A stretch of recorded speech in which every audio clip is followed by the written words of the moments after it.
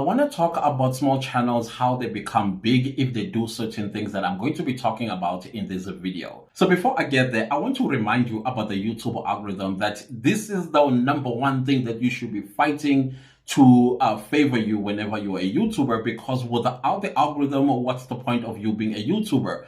And also because your goal probably is to make money on YouTube. I think most YouTubers that start a YouTube channel is because they want to earn a living or earn some income as a passive income or extra stream of income or whatever the case might be. So let's get to it, because I really want you to understand how the algorithm works.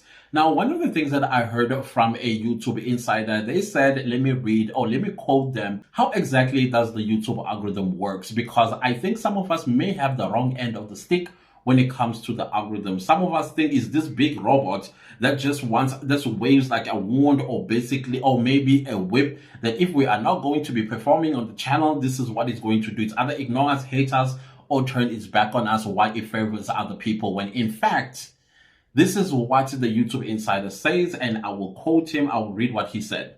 The main job of the algorithm is to serve the user when they show up. So meaning the people that come onto YouTube, your viewers, your audience, your subscribers, they call them YouTube users. And then it continues to say, in most parts, the YouTube recommendation and search don't get pushed out, but gets pulled in from viewers. So that means that the moment you upload a video, it is not the algorithm that is going to take your video and pushes out to the people, but instead, people, remember, if you look at your YouTube homepage right now, you are going to see videos. So meaning that now that you uploaded a video, your video is going to appear in people's or the user's home. And then the thing that is going to make the user to click and watch, it is your thumbnail as well as your title. This is very important for your YouTube channel, that whenever you create your thumbnails and also create your titles, that they are eye-catching, because there are so many videos that a user can choose from. Now, you want your video to stand out, to pop the moment they see it on their homepage and then they click and watch.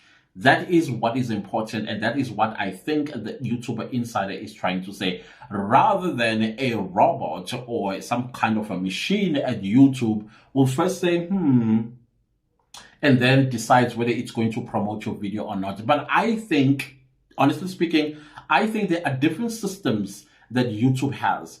The first system that I believe that where your video goes to, it is where it reads it. It first needs to know what this video is about before it pushes it to the next system. And the next system, either maybe it's a search or recommendation or suggested videos, before it then pushes it out to people. That is why sometimes you're sitting and then you get a notification saying recommended. That means they're showing you a video that they're recommending to you. So I think there are a lot of systems that are going on, which includes that for niches, that for AdSense, and that for ads and things of that nature. So I wouldn't say that we should like remove the whole idea that there is a machine that actually reads our videos first before it takes it to other people. But they are saying that you put a video and then it appears on homepages of users, and then it's up to them whether they click and watch. So meaning that it is the user that pulls your video and then watches. And I also still think that the moment a person clicks and watch your video, it is the value proposition that is going to also captivate them, that is going to hook them, and then they will watch the video from the beginning to the end. If there's no value proposition right from the start, then of course people will click off. And I believe that once people click off early from your video, this is when the algorithm will say, okay, so many people clicked off at an early stage, then it takes your video and basically kills it. It dies on the platform. I've got videos in my main channel that still have 2 views from 2 years ago. Clearly, people were not interested in watching those videos. And then I'll get those 2 views, and probably those 2 views are the ones that clicked off early, killed the video. And then the YouTuber insider goes on to say, that is why your metadata, this is your video's title, thumbnail, and description box. Your metadata, basically, it is your thumbnail, your title, and the description box. And once upon a time, your tags. I still think that tags are important, because every time I put a tag on my video, I do see it ranking a little bit higher, versus when I do not add tags on my videos, then the score is very, very low. So I still think that tags are important. However, what they're basically saying here that your thumbnails and your title are very, very important. The description box, do not leave it empty, because this is how the YouTube algorithm gets to know what your video is about. You get to describe, this video is about this. You'll say in the description box, in this video, this is what I'm going to talk about. And then you maybe put few or two more points in there, and then that's it. I would recommend that whenever you're filling your description box, have at least 250 words in there. You don't have to write an entire script or an entire essay about what your video is about, because you want to convince the YouTube algorithm what the video is about. 250 words, I think that is enough. Get straight to the point and then list out all your keywords about what the video is about. Do not keyword stuff. It's not going to work in your favor.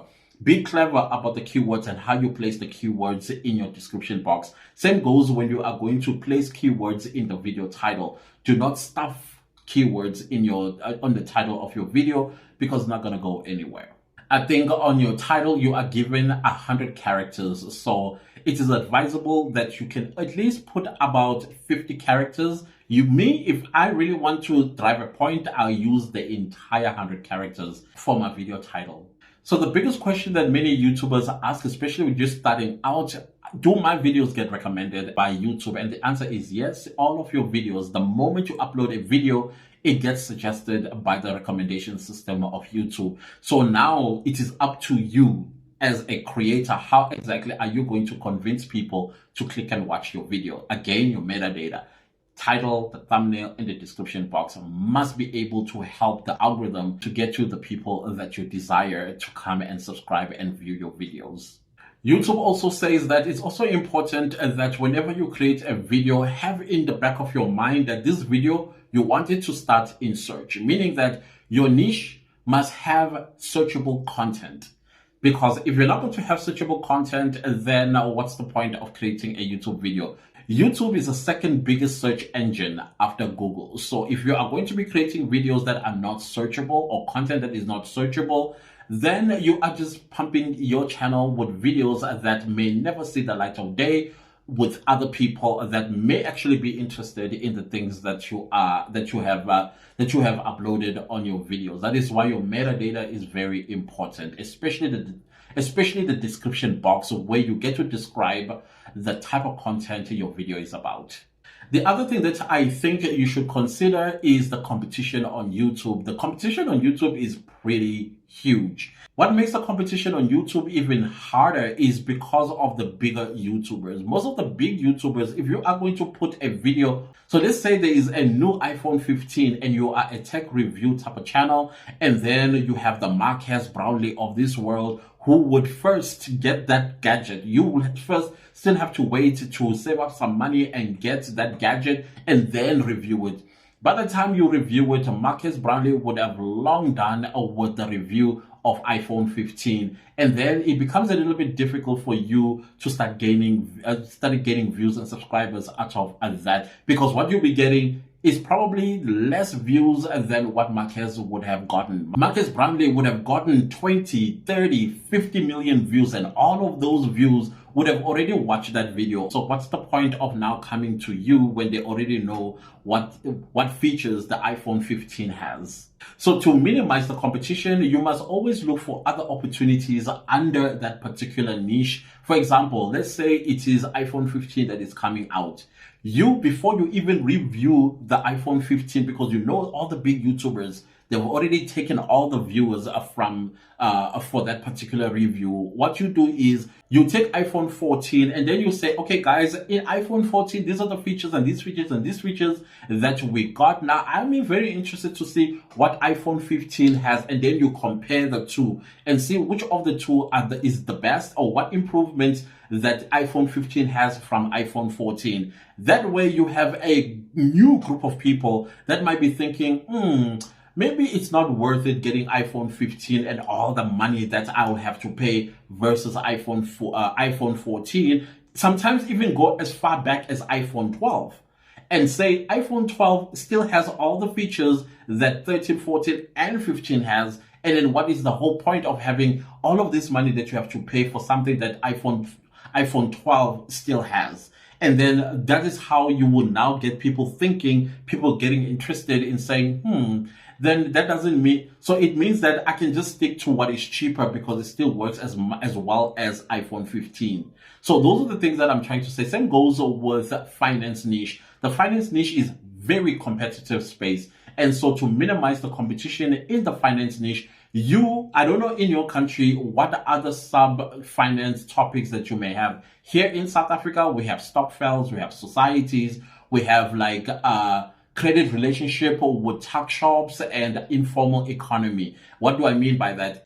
A credit relationship is where I go to a tax shop and say, you know what, I do not have the money to buy this. However, please create me a book where I'm going to, every time when I come and take something, you write down what I took, how much it cost. At the end of the month, when I get paid from my salary, I first come to you and say, okay, what is my credit? Then you tell me what is my credit, and then I pay the money.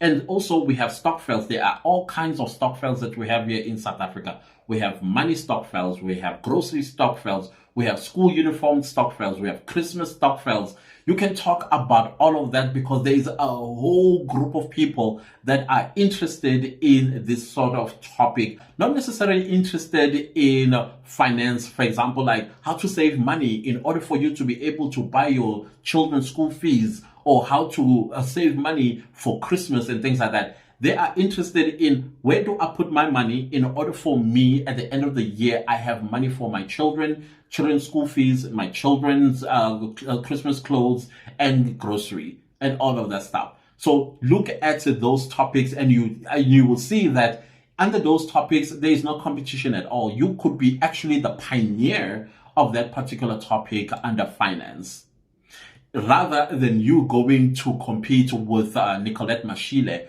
the financial bunny. She would take all the finance views and then she would leave you with nothing. Instead, be smart, work smart. Look at, okay, what other opportunities there are under finance that Nicolette Mashile has not touched on. Again, societies, stokvels, as well as relationship with credit that we have with the informal economy. So what am I trying to say here? I'm saying find a niche within a searchable content or topic. Other than that, then what's the point of being on YouTube? Why are you pumping videos on your channel? Have searchable content. So meaning you have a niche, and then in that niche, find searchable topics or content. And that way you will find yourself soaring on this platform. And that is how, as a small YouTuber, you would grow big. Again, remember what I said earlier, that actually the algorithm, it is the users of the platform. So when you post a video, grab their attention. So in conclusion, have banger titles and thumbnails, and that is how you are going to see yourself growing as a small YouTube to a big status. So anyways, guys, like, share, comment, and subscribe. See you next time with a new video. Thanks for watching.